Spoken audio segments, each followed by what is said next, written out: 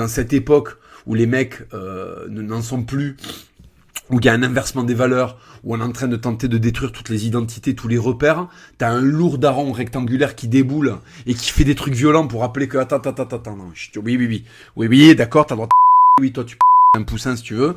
La violence la violence à un moment comme dénominateur. Parce qu'en fait, l'être humain n'a pas changé. L'être humain n'a pas changé. On a beau dire gna gna gna la déconstruction, mais on a beau lui foutre de l'œstrogène dans l'eau du robinet pour lui faire pousser des meules et lui faire rétrécir la bite. On a beau le déconstruire, lui montrer des modèles, vouloir en faire un cuck qui se connecte à Pornhub et qu'il aille regarder blackhead.com.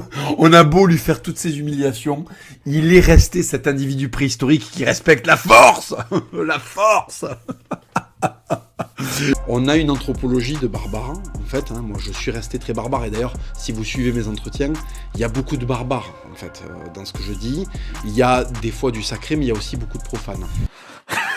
Attends, faut pas que je rigole. C'est tellement débile.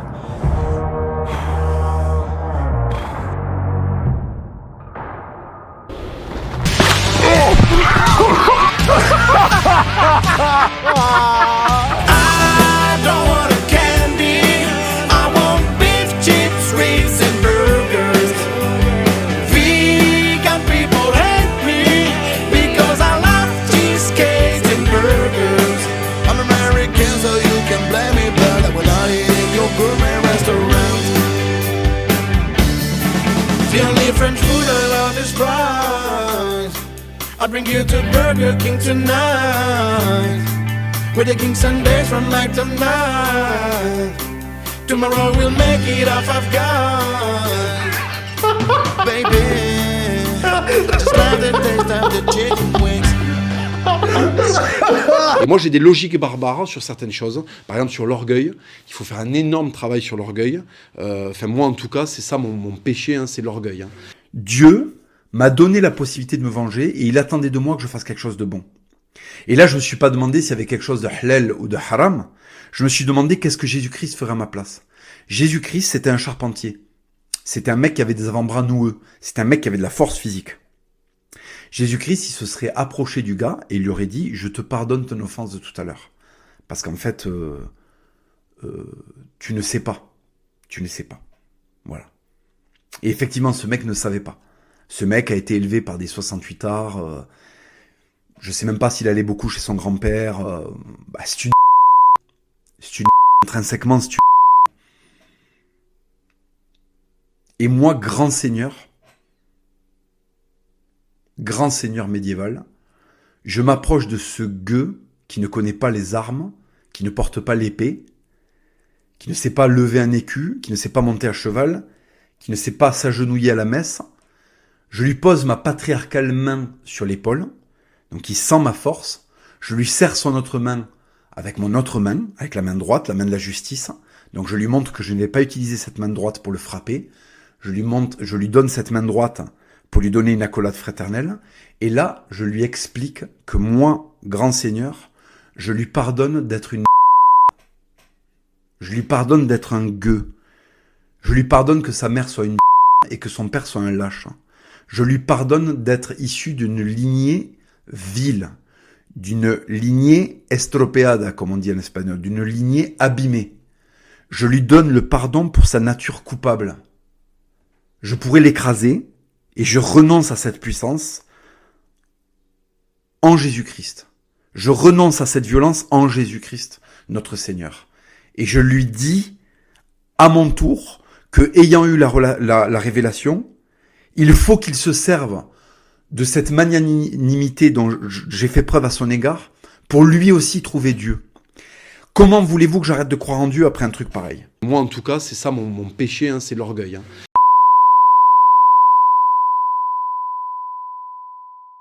Parce que les Français sentent qu'il y a enfin un mec qui n'est pas issu du sérail, qui arrive avec un vrai projet national pour la France, pour refaire la France. Quand on peut critiquer Zemmour sur énormément de choses, il y a un truc qu'on ne peut pas lui enlever.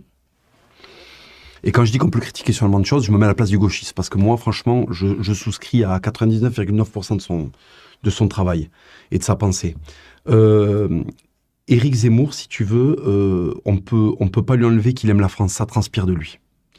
Quand je l'ai rencontré, c'est très étonnant de rencontrer Éric Zemmour parce que tu sais, souvent, pour essayer de l'amoindrir, les gens disent oui, c'est quelqu'un de. Tu sais, quand on le caricature, on le fait malingre, petit et tout. Il dégage une force énorme. Ça, j'étais très surpris par ça. Je l'ai rencontré, il était assis, tu vois ses deux énormes yeux très directs, très pénétrants, très francs. Il est extrêmement sympathique, il a quelque chose, tu sens qu'il est habité par quelque chose. Et quand tu rencontres Éric Zemmour, tu vois un mec vindicatif. Je vais parler un peu trivialement, tu vois un politicien qui a des et ça fait un bien monstrueux, parce que ça fait très longtemps qu'on n'a pas vu des politiciens avec des tu vois ce que je veux dire. Et lui, si tu veux, non seulement il a des en plus, il a une culture qui met à mal énormément de ses adversaires. Parce que je rappelle qu'en débat, il a explosé absolument tout le monde jusqu'à maintenant. Vous n'engagez pas un nouveau sujet. Non, mais vous dites clairement, on va laisser parler Natacha pour l'Église et contre le Christ. Oui, et bien oui, je le dis clairement. Mais donc là, quand vous dites c'est là, vous avez entendu? Rien. Je vais vous la remettre. Et que dans ces veines coulent les évangiles. Simplement, ce que vous écrivez c'est très intéressant. Ce que vous écrivez dans votre livre, parce que même notre conception du christianisme nous oppose totalement. C'est-à-dire qu'on est à l'opposé. Vous êtes pour le christianisme et moi le catholicisme. Mais bien sûr, vous n'engagez pas un nouveau sujet. Non, mais vous dites clairement, on va laisser parler Natacha pour l'Église et contre le Christ. Oui, et bien oui, je le dis clairement. Mais donc là, quand vous dites... Il le dit clairement. Zemmour se dit clairement contre le Christ.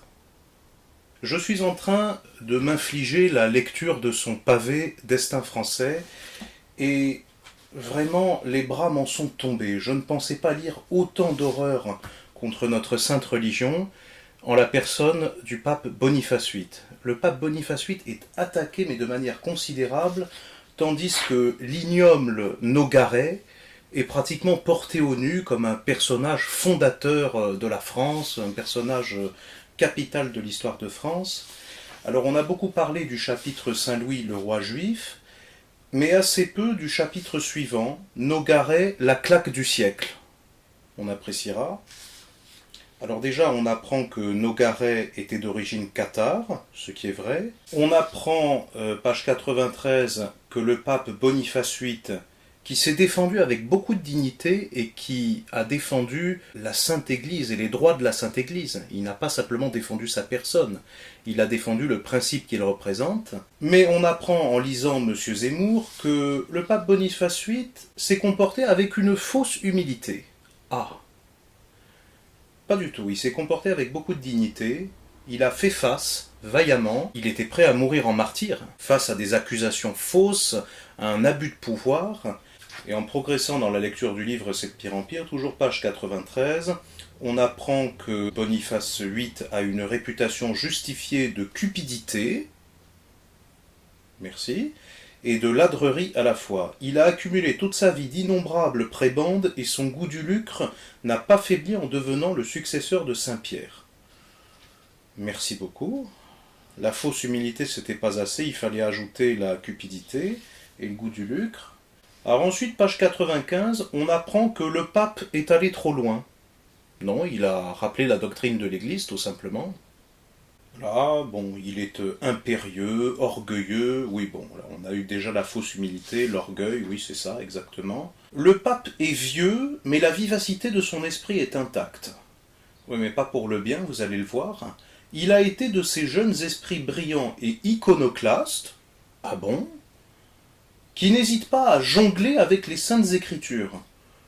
Ouh là là, attention, il va traiter le pape de talmudiste, on n'est pas loin là. Allant jusqu'à mettre en cause la virginité de Marie ou la réalité de la Trinité. Mais il est fou. Il est fou, ce petit Algérien berbère, ça va pas la tête.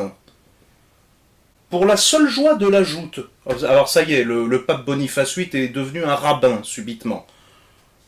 Il ne manque plus que la barbe et ça y est, hein, voilà.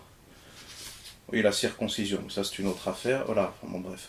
Pour la seule joie de la joute, pour le seul plaisir de susciter l'effroi sur les visages de ses vieux maîtres, n'importe quoi. Il ne se doutait pas qu'un jour, un roué légiste du nom de Nogaret retournerait ses provocations de garnement contre le pape chenu qu'il est devenu, l'accusant de tous les maux de la terre, hérésie, simonie, blasphème et même sodomie. Mais alors, Voilà, donc le pape Boniface VIII s'adonne à des provocations de garnement, à des joutes en jonglant avec la Sainte Écriture, simplement pour provoquer. Non mais n'importe quoi. Où est-ce qu'il a vu ça, ce petit circoncis du Maghreb? Ça va pas la tête. Le pape joue sur les deux tableaux, le sacré et le temporel. On embrasse sa mule, le pape est vicaire du Christ et plus seulement vicaire de Pierre. Mais depuis quand est-ce que le pape est vicaire de Pierre? Le pape a toujours été vicaire du Christ. Ça, c'est plus fort que Gengis Khan le 1, si vous voyez ce que je veux dire.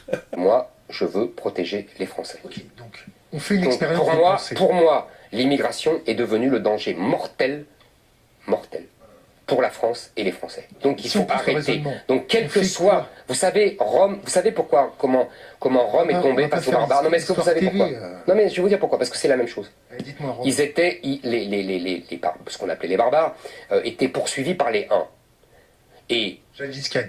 exactement. Et pour des raisons humanitaires, les Romains ont ouvert un phare de mur pour laisser rentrer les barbares. Alors on apprend que le roi de France a besoin d'argent, un énorme, permanent, obsessionnel besoin d'argent. Philippe le Bel spolie et expulse les Lombards, il spolie et expulse les Juifs. Alors, on a la petite larme à l'œil. Mais ce n'est pas assez, ce n'est jamais assez, etc. Les biens de l'Église, voilà, on y arrive. Donc il veut prendre les biens de l'Église, il veut taxer les ecclésiastiques, et évidemment, le pape rappelle la doctrine de l'Église, tout simplement. Le clergé possède de grands biens depuis des temps immémoriaux, Philippe le Bel lève des décimes, le pape se récrie. Le droit féodal et les privilèges ecclésiastiques protègent le clergé, qui ne peut être ni jugé par la justice royale, ni imposé par le trésor royal. Oui, c'est normal. Bon. Philippe le Bel fait la sourde oreille, les conflits se multiplient. Voilà. Et après, Zemmour nous dit que c'est Boniface VIII qui est cupide. Non. C'est Philippe le Bel qui est cupide. Zemmour est un spécialiste de ce genre d'inversion. Si vous ne l'avez toujours pas compris, vous allez bien finir par le comprendre. J'espère. Après, il peut faire tous les discours qu'il veut au Mont-Saint-Michel. Il peut faire tous les discours qu'il veut au Mont-Saint-Michel. Moi, je l'ai écouté, son discours. Alors oui, il nous dit que Saint-Michel est le prince des armées célestes. Bon, très bien, et après, ça mange pas de pain de dire ça. Il pourrait très bien aussi nous faire un discours devant le Parthénon et nous dire que Athéna est la déesse de la guerre. Très bien, et après? Vous voyez, c'est pareil. Mais ce que vous n'avez pas entendu, manifestement, c'est que le discours de Zemmour au Mont-Saint-Michel, c'est un panégyrique de Charles de Gaulle. Le général de Gaulle nous a confié une mission. Aidez-moi. Il a éminemment plus parlé de Charles de Gaulle que de l'archange Saint-Michel. Je suis sidéré par la crédulité des gens qui sont censés être catholiques, qui sont censés être instruits, et qui se laissent berner tout simplement parce qu'ils veulent prendre leur désir pour la réalité. On leur présente des vessies comme des lanternes, et ils veulent y croire. Alors ils y croient. Je citais la plaquette de Monseigneur Join dans ma précédente vidéo. On ne peut pas voter pour quelqu'un qui souhaite maintenir la loi de 1905. C'est pécamineux. C'est un péché. Véniel, mortel, je ne suis pas assez qualifié pour le dire. Mais à mon avis, la question mérite d'être posée. Et les prêtres ont le devoir de prêcher sur cette impossibilité morale de voter pour un candidat qui veut maintenir la loi de 1905. Vous allez me dire, mais on peut voter pour qui alors? C'est très simple, pour personne. Personne. Ils sont tous pour la loi de 1905, ils n'ont tous que de la laïcité plein la bouche, et c'est toujours au nom de la laïcité qu'ils veulent combattre l'islam. Toujours. Alors je reviens à Boniface VIII, ce pauvre Boniface VIII qui est honteusement sali et calomnié par le petit séfarade Zemmour. Le pape envoie un légat pour protester auprès du roi, le légat est emprisonné. Ça se fait ça, d'emprisonner un légat du pape? Non. Quand on est un roi chrétien, on ne fait pas ça. Le pape publie une bulle de condamnation, la bulle est brûlée. Ça me rappelle Luther, ça. C'est tout à fait le comportement de Luther. Le pape fait pression sur les évêques français, le roi, appuyé par l'université de Paris, oui, c'est pas étonnant, tient contre le pape une assemblée générale où les députés des villes rejoignent les barons et les évêques le 10 avril 1302. Les états généraux sont nés. Nogaret, procureur du roi, tonne contre le pape, obtient la condamnation presque unanime de tous les représentants de la nation, aucun évêque n'a osé se séparer du sort royal, l'Église de France est consacrée, le gallicanisme est né. Voilà, donc Nogaret, d'origine cathare, le père du gallicanisme. Mais c'est pas faux du tout, ça, pour le coup. Mais apparemment, Zemmour ne trouvait rien à y redire. Le Cupide, c'est Boniface VIII, ce n'est pas le roi Philippe le Bel, de toute évidence. Bah, est-ce à dire que pour Zemmour, le gallicanisme est une expression du génie français, comme le pense Henri de Lesquen, le libéral marcioniste gallican Henri de Lesquen? Bon, ça leur fait au moins un point commun à tous les deux. Nogaret suggère alors au roi de lancer le procès du pape pour hérésie. Il est de son devoir de chrétien d'empêcher ce scandale d'un hérétique à la tête de l'Église. L'audace de Nogaret a arrêté une possible et dangereuse évolution théocratique de l'Église romaine. Oh, Nogaret nous a sauvés, ça alors. Vous ne le saviez pas, mais Zemmour vous l'apprend. Voilà. Ah, merci monsieur Zemmour. Quels ignorants nous sommes, nous pauvres Français catholiques, nous sommes tellement stupides. Vous êtes le phare de l'humanité, vous êtes la lumière du monde, bien sûr. La claque de Nogaret a changé le cours de l'histoire de notre pays. La France sera désormais ce petit bout de terre unique au monde qui ne soumet pas la loi de l'État à la loi de Dieu. Oui, donc il soutient tout à fait le principe de la laïcité, en fait. Nul sacré ne trouve grâce à ses yeux. Nogaret est l'incarnation à jamais de cette France aussi profondément chrétienne qu'anticléricale. Voilà. Donc ça, c'est la France expliquée par M. Zemmour. C'est catholique, ça? Vous allez voter pour cet homme-là? Vous n'avez pas honte? Une claque a fait Nogaret, qui a fait Philippe le Bel, qui a fait la France. Voilà, donc la claque de Nogaret a fait la France. Incroyable. Donc Zemmour porte au nu Nogaret, qui nous a protégés contre une dangereuse dérive théocratique, semble-t-il. Bon, là-dessus, il s'entendrait très bien avec Henri de Lesquen aussi.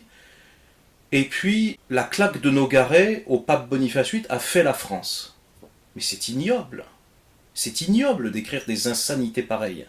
Alors, je vous le répète, vous allez voter pour cet homme-là? Honte à vous si vous le faites. Honte à vous. Et je vous invite à ne pas vous rendre aux urnes. Ce que le système redoute le plus, c'est l'abstention. Je discutais l'autre jour avec un ami et il me parlait de l'espoir que suscite Zemmour, y compris auprès de gens qui n'ont pas voté depuis des années et qui se réinscrivent sur les listes électorales. Mais c'est ça que veut le système, justement. Le système veut que les gens s'inscrivent sur les listes électorales. Ce que le système redoute le plus, c'est un taux d'abstention colossal. Parce que là, le président ainsi élu ne pourrait pas dire une majorité de Français a voté pour moi. Ben non, Coco, ça marche plus là. Donc c'est ça que le système redoute le plus. Donc, n'allez pas voter. De toute façon, vous ne pouvez voter pour personne. Tous les 12 candidats à l'élection présidentielle sont pour la laïcité. Ils souhaitent maintenir la loi de 1905. Donc, conformément aux principes rappelés par l'épiscopat français et par Monseigneur Join, vous ne pouvez pas voter pour ces gens-là. Vous ne pouvez voter pour personne. Le vote blanc n'est pas pris en compte. Ce qui est pris en compte, c'est l'abstention. Ne votez pas. C'est tout. Le pape François, par exemple? Surtout pas. Moi, je suis personnellement cédé-vacantiste. C'est un secret pour personne. Je pense que le pape est un imposteur. Je pense que la vraie Église catholique n'est pas représentée par ce pape-là. Non, pas derrière un pape comme ça. Il faudra trouver des personnes qui sont encore dans la droite ligne de ce qu'a été le catholicisme avant Vatican II. Sur les dernières sorties du pape François, justement, très rapidement, mais vous pensez que du coup l'Église est devenue un des acteurs de cette décomposition en France? Disons qu'elle a un rôle qui est très néfaste parce qu'au moment où il faudrait opposer un christianisme et un catholicisme sain à une dégénérescence républicaine, on a un catholicisme qui est en panne, un catholicisme, alors en tout cas le catholicisme tel que représenté par le pape François, qui n'est pas le vrai catholicisme, mais bon, il faut comprendre que quand je désigne le catholicisme, c'est la manière dont il est entendu et perçu par les gens qui ne le sont pas, justement. Voilà. Donc ça serait le moment d'offrir aux Français une alternative crédible, qui soit en phase avec la France de toujours et qui soit un catholicisme puissant, un catholicisme français, un catholicisme traditionnel. Et en fait, au moment où le catholicisme pourrait le plus bénéficier de la déliquescence de la République, eh ben c'est le moment où il est le plus mondialisé, c'est le moment où il est le plus putréfié et c'est le moment où il est le plus,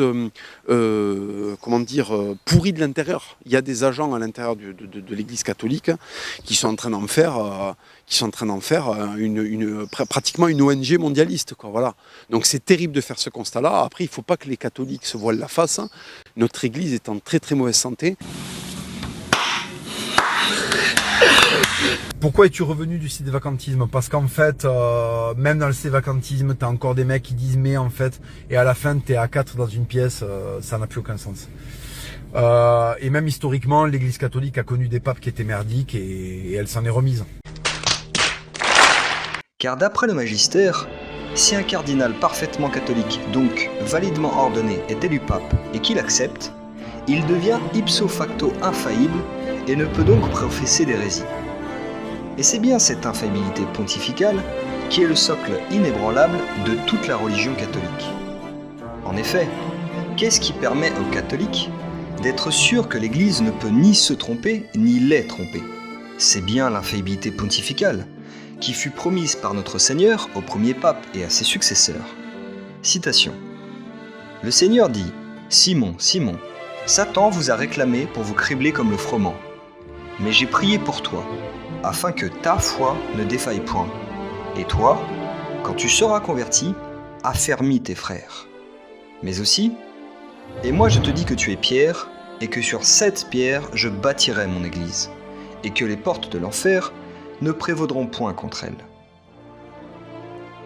Ce dogme fut également spécialement réaffirmé au Concile Vatican I de 1870, selon lequel l'infaillibilité dogmatique du souverain pontife en matière de foi et de mœurs est engagée dès qu'il remplit sa charge de pasteur et de docteur de tous les chrétiens.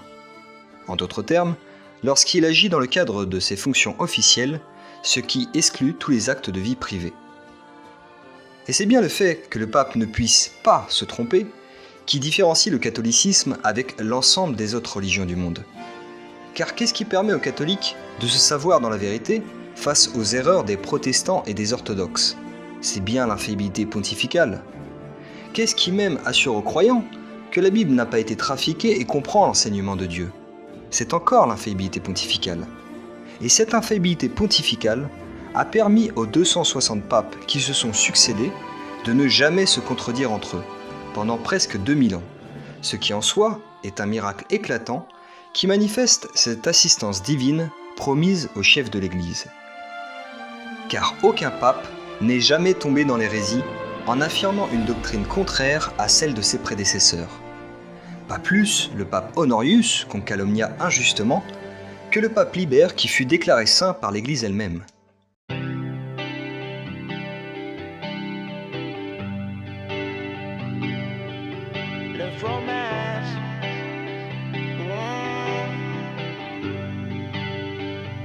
Je m'en suis pas rendu compte sur le coup. Je me corrigerai à l'avenir pour devenir une meilleure personne. Voilà, donc il a twerké et là donc il va se réfugier derrière un avocat. Il nous fait une lettre disant que quiconque s'en prendrait à lui se verrait poursuivre. C'est-à-dire, je provoque et comme je suis un fragile, comme je suis le produit d'une dégénérescence sur plusieurs siècles de l'individu occidental, je suis protégé. Voilà, il y a la loi. Ah, la loi des hommes. Ah, fabuleux, la loi. Et le bon sens. Et le bon sens. Il est où le bon sens? Quand tu vas twerker dans une église, qu'est-ce qu'on doit te faire quand tu vas twerker dans une église? Au lieu de se réfugier derrière les textes de loi, qu'est-ce qu'on doit faire? On doit t'en mettre une. Mais comme on vit dans une époque où la déconstruction, la bêtise, elle est sanctuarisée, elle est sanctifiée, il n'y aura pas de retombées. Voilà dans le siècle dans lequel nous fait vivre la République. Voilà le quotidien qu'elle nous impose. Avoir des petits qui viennent salir ce qu'on a de plus pur et qui sont protégés par la loi. Et les mecs comme moi, ils servent plus à rien. Parce qu'avant, quand il y avait un mec comme ça, un petit démon qui venait provoquer gratuitement, on l'éclatait. On l'éclatait. Et si on l'éclate alors que c'est légitime, parce que ça serait légitime qu'on l'éclate. Si on l'éclate parce que c'est légitime, on va en prison. On va en prison. Et il y aura une flopée d'enfoirés de journalistes qui vont écrire des articles pour dire qu'on est des fascistes, pour dire qu'on est des brutes, alors qu'on n'a rien à demander. Nos églises, laissez-les. Laissez-nous tranquilles, bordel. On vous empêche pas de vous endoffer. Pourquoi vous avez besoin de venir salir nos lieux sacrés, bordel? La provocation. Et le jour où on pète un câble, et on attrape vos coups de poulet, et on les tord en deux, on devient des meurtriers, des salauds, et c'est nous les Il y en a marre. Il y en a marre de ce progrès. Vous êtes les pires sadiques. Vous êtes des C'est l'enfer. Vous nous faites vivre l'enfer. Mais un jour, tout ça va prendre fin un jour.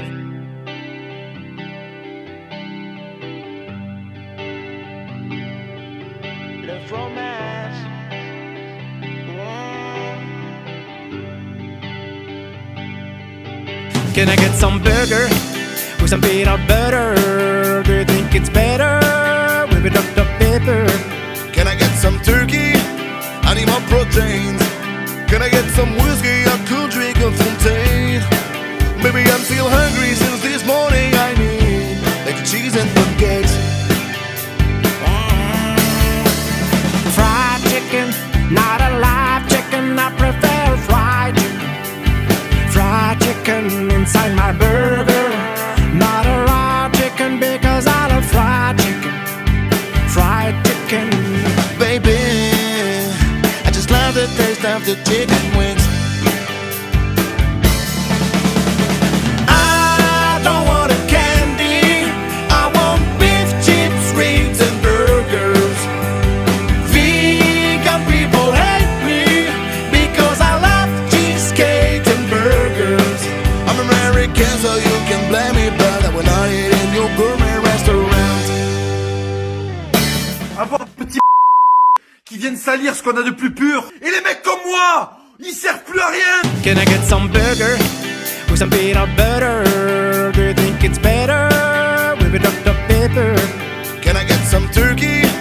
I need more proteins. Can I get some whiskey? I could drink a Fontaine. Maybe I'm still hungry since this morning. I need like cheese and pancakes.